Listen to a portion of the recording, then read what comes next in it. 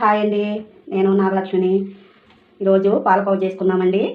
చక్కెర half cup తీసుకున్నా, బెల్లం కూడా హాఫ్ కప్పు తీసుకున్నా. నేను లీటర్ పాలు తీసుకున్నానండి. బెల్లం మేము తీపి తక్కువ తింటాము. ఇంటర్మీడియట్కే ముందుగా మా ఛానల్ అండి సబ్స్క్రైబ్ చేసుకోండి ఫ్రెండ్స్, లైక్ చేయండి ఫ్రెండ్స్.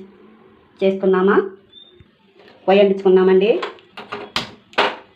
పాలు పెట్టుకున్నాం. చిన్న చెగ మీద మరగపెట్టుకోవాలి. చిన్న చెగ పెట్టుకుని ఇట్లా మరగపెట్టుకోవాలండి. పాలు బాగా మరగాలి. అప్పుడు చక్కెర బెల్లం వేసుకున్నాం.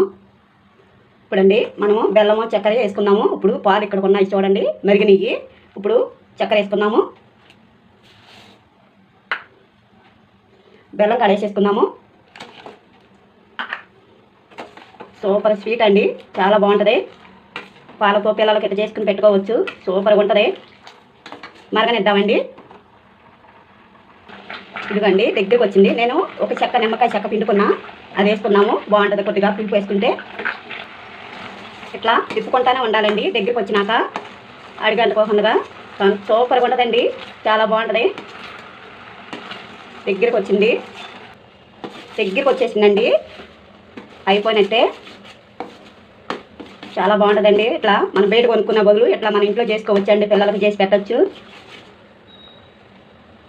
అయిపోయిందండి. నేను పొయ్యి పని చేసుకుని చిన్న బౌల్లోకి తీసుకుంటాను.